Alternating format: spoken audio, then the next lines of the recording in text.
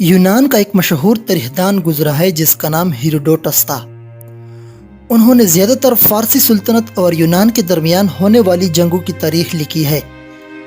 इसके साथ साथ वो अपनी तारीख की किताबों में फ़ारसी सुल्तनत की कुछ वाक़ियात का भी जिक्र करता है। इसी तरह का एक वाक़या वो बयान करता है कि फ़ारसी सुल्तनत के बादशाह काम्बिस दोम के दौर में एक शाही जज या काजी हुआ करता था जिसका नाम ससेमनस था। ससेमनस एक करप्ट जज था जो रिश्वत लेकर गलत फैसले सुनाता था। जब दो फरीकैन अपना तनाज़ा लेकर उनके अदालत में हाजिर होते तो एक फरीक से रिश्वत लेकर फैसला उसी के हक में सुना देते थे। बादशाह काम्बिस को जब इस बारे में पता चला तो उन्होंने जज को फौरी तौर पर गिरफ्तार करने का हुक्म दिया। फौजियों ने जब उस करप्ट जज को गिरफ्तार करके बादशाह के सामने पेश किया तो बादशाह ने उसे ऐसी सख्त सज़ा सुनाई जिसे सुनकर इंसान की रूह कांप उठती है। बादशाह ने हुक्म दिया कि ससेमनस की जिंदा हालत में चमड़ी उतार दो और उस चमड़ी को काटकर पटिया बनाओ। बादशाह काम्बिस ने इसके बाद जाननिशीनी के तौर पर ससेमनस के बेटे ओटेनस को शाही जज मुकर्रर किया और साथ साथ यह फरमान जारी किया कि नए मुकर्रर होने वाले जज ओटेनस के बैठने के लिए कुर्सी उसके वालिद की चमड़ी की पट्टियों से बना दो ताकि ओटेनस ये ना भूले कि यह करप्ट जजों के साथ क्या होता है और अदालती सलामती क्या होती है। बादशाह ने ओटेनस को इंतबाह जारी किया कि वो किसी भी फैसले से पहले ज़रूर सोचे कि उसकी कुर्सी किस चीज़ से बनाई गई है। ओटेनस के बारे में तारीखदान आगे लिखते हैं कि उसने अपनी अदालती करियर में कभी भी बेईमानी नहीं की और इंसाफ के साथ फैसले सुनाए। वो फिर बाद में किसी सूबे का गवर्नर भी बन जाता है।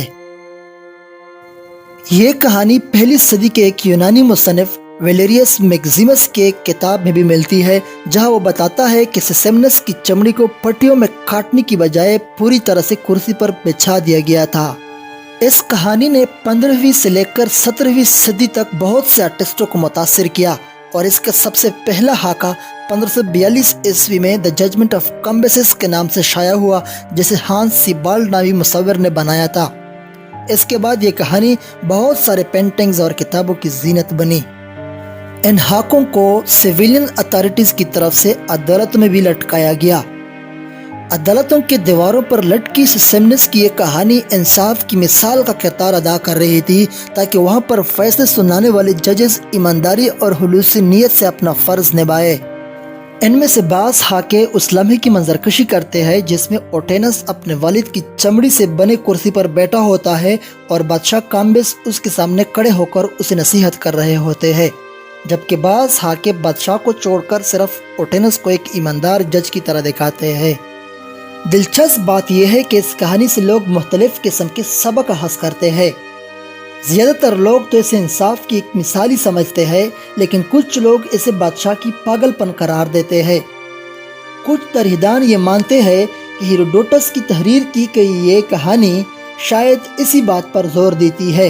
बाज़ और लोग अदलिया पर मुनासिब कंट्रोल रखने की बादशाही ज़रूरत की मिसाल के तौर पर इस कहानी को याद रखती है और ये लोग मानते हैं कि ये कहानी एक बेहतरीन आला है जजों को ये बात याद दिलाने की कि अगर वो वक्त के बादशाह को नाहुश करे तो उनके साथ क्या सलूक हो सकता है। बहरहाल आप इस कहानी से जो सबक अखज़ करते हैं वो हमें कमेंट में ज़रूर बताइएगा। आज के इस वीडियो को यहीं पर ख़त्म करते हैं। अपना बहुत सारा ख्याल रखिएगा।